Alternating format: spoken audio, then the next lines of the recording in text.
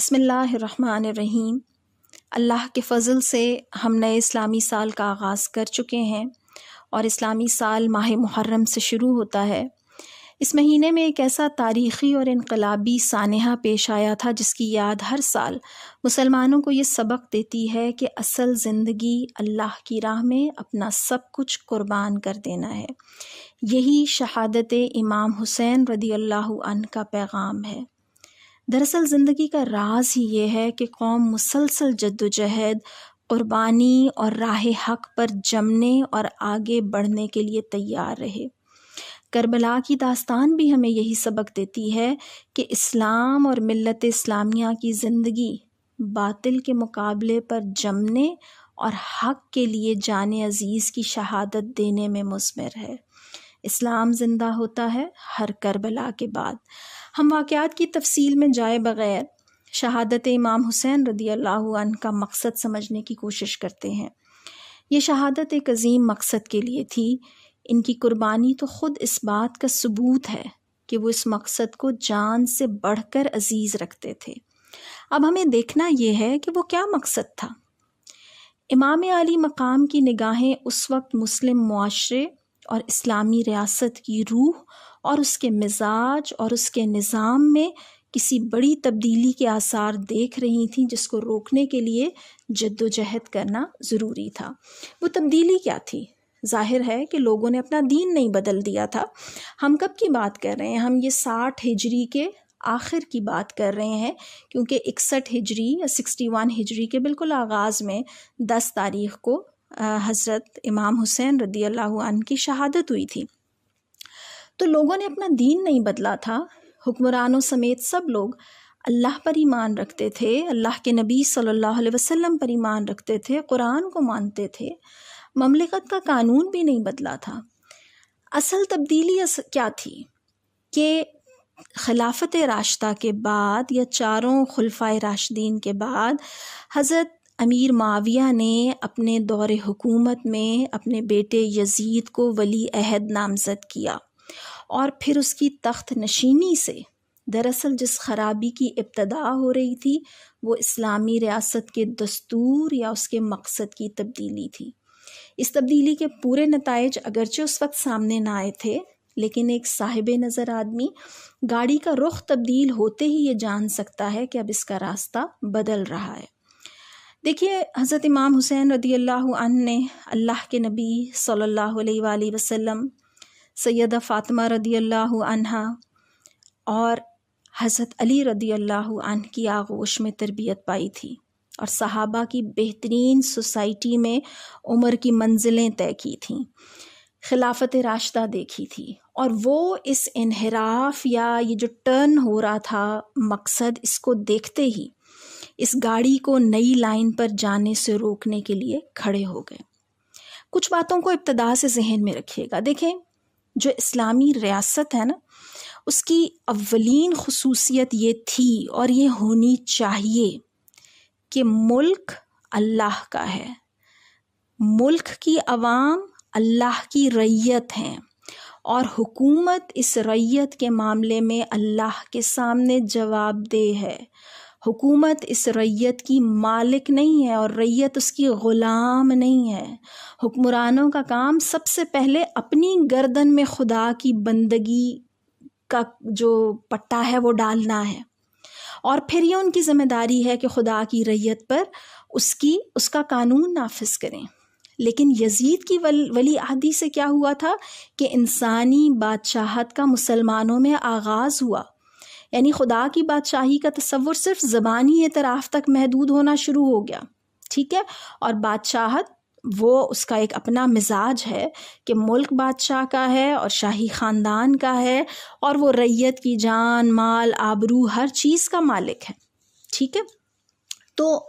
مختصراً ہم چونکہ بات کر رہے ہیں تو ہم یہ دیکھتے ہیں کہ حضرت امام حسین رضی اللہ عنہ کا موقف کیا تھا کہ انہوں نے بادشاہت کا راستہ روکنے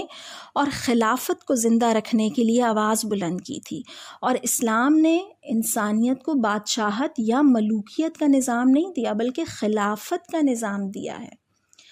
اور اسلام کی جو روح ہے وہ ڈکٹیٹرشپ یا آمرانہ فیصلوں کے مقابلے میں مشاورت کا نہ صرف تقاضا کرتی ہے بلکہ اسے اسلامی ریاست کا جو ایک بنیادی تشخص ہے وہ قرار دیتی ہے۔ اب آپ دیکھیے کہ نبی کریم صلی اللہ علیہ وسلم تو اللہ کے نبی تھے، اور نبی انسانوں کے مقرر کردہ نہیں ہوتے،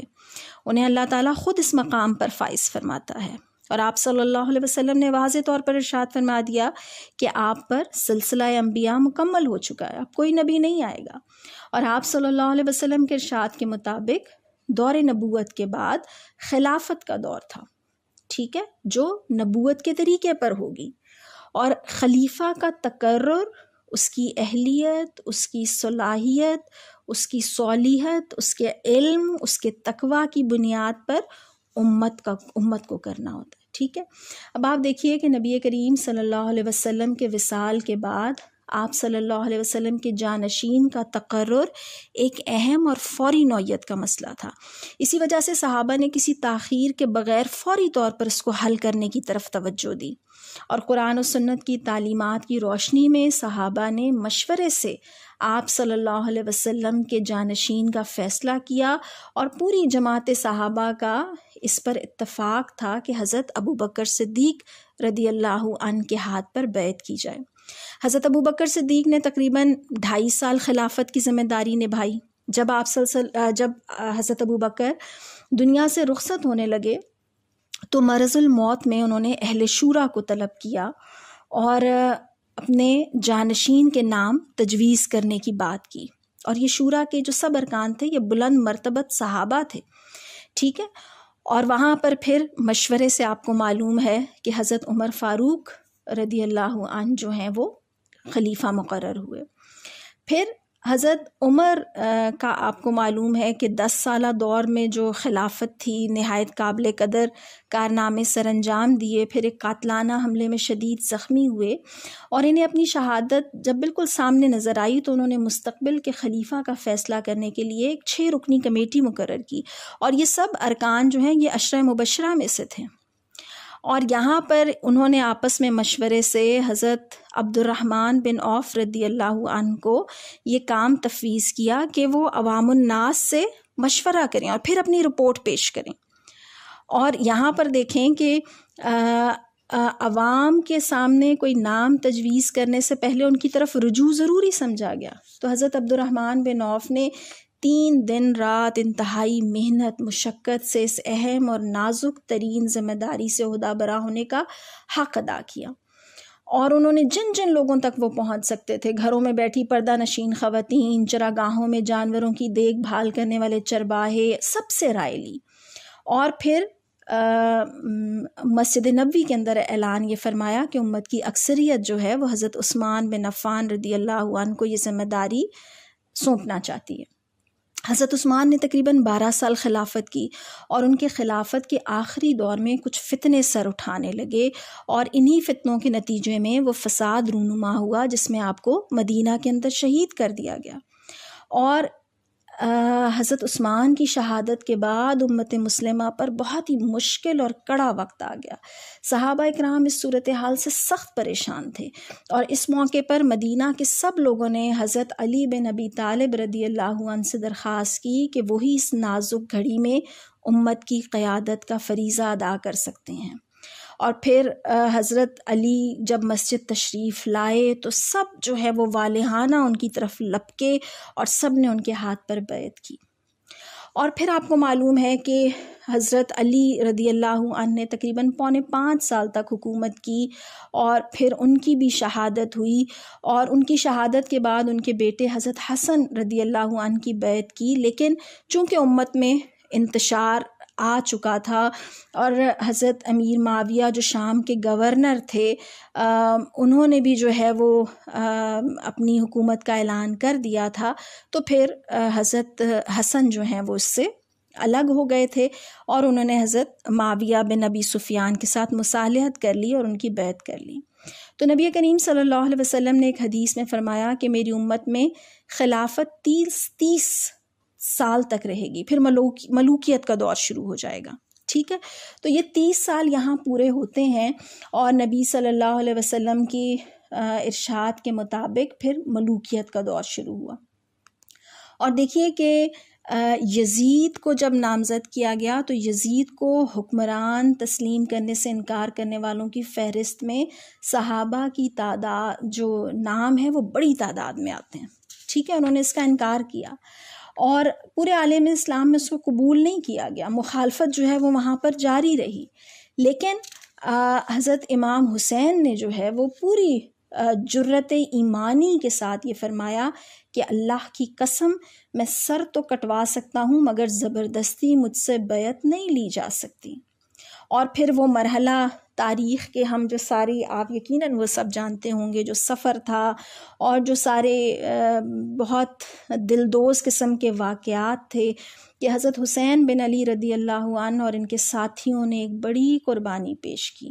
اور ان کا مقصد کیا تھا کہ آمریت کا انکار، انسانی بادشاہت کا انکار، اسلامی دستور میں جو خلافت ہے اور جو شورائیت ہے اس کا تحفظ تھا۔ حضرت حسین کے ساتھی ایک ایک کر کے شہید ہوتے گئے، آخر میں آپ تنہا رہ گئے، پانی تک رسائی ممکن نہیں تھی، گرمی کی حدت اور جنگ کی شدت اور اس لمحے کی سختی اور دل دہلا دینے والا منظر، اس سب کے باوجود سیدنا حسین بن علی کا جو پایا استقلال تھا اس میں کوئی لغزش نہیں آئی۔ تو حیرت ہوتی ہے کبھی کبھی جب آج بھی لوگ یہ کہتے ہیں کہ اسلام کا سیاست کے ساتھ کوئی تعلق نہیں، حالانکہ تاریخ اسلامی کا اتنا بڑا واقعہ ہمیں یہ بتاتا ہے کہ یہ قربانی تو تھی ہی اسلامی حکومت کو صحیح رخ پر رکھنے کے لیے، کہ یہ جو جنت میں نوجوانوں کے سردار نے جو جدوجہد کی وہ کیا تھی کہ نظام حکومت اصل مزاج سے ہٹایا جا رہا تھا، خرابی کا آغاز ہو رہا تھا، اور بعد کے دور نے یہ ثابت کیا کہ حضرت حسین رضی اللہ عنہ کے اندیشے درست تھے، ٹھیک ہے۔ تو ہم یہاں پر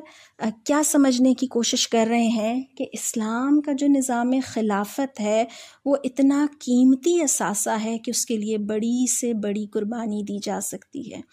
اور آمریت کا، بادشاہت کا، ظلم کا نظام اتنا ناپسندیدہ ہے کہ اس کے لیے جد و جہد کرنا ہماری ایمان کا تقاضا ہے۔ اور آج آپ دنیا میں دیکھ سکتے ہیں کہ بے شمار اسلامی ممالک کے ہونے کے باوجود عملاً صورتحال کیا ہے کہ ہم بکھرے ہوئے تسبیح کے دانے ہیں جو کوئی قوت نہیں رکھتے، جو نہ فلسطین کے لیے کچھ کر سکتے ہیں اور نہ کشمیر کے لیے کچھ کر سکتے ہیں، اور نہ خود اپنے ملکوں کے اندر کوئی کام ہم فلاح و بہبود کا کر پا رہے ہیں۔ تو یاد رکھیے گا کہ یہ واقعات ہمارے لیے تربیت کا ذریعہ ہیں کہ ہم حق کی خاطر ڈٹ جانے والے بنیں۔ ایک شاعر نے حضرت حسین بن علی رضی اللہ عنہ سے کہا تھا کہ اہل کوفہ کے دل تو آپ کے ساتھ ہیں مگر ان کی تلواریں بنو امیہ کے ساتھ ہیں۔ کچھ ایسا ہی معاملہ آج کل اس زوال پذیر امت میں نظر آتا ہے کہ لوگ تعریف تو حسین رضی اللہ عنہ کی کرتے ہیں، وابستگی اور محبت کے دعوے بھی ان کے ساتھ کرتے ہیں، لیکن ساتھ کس کا دیتے ہیں؟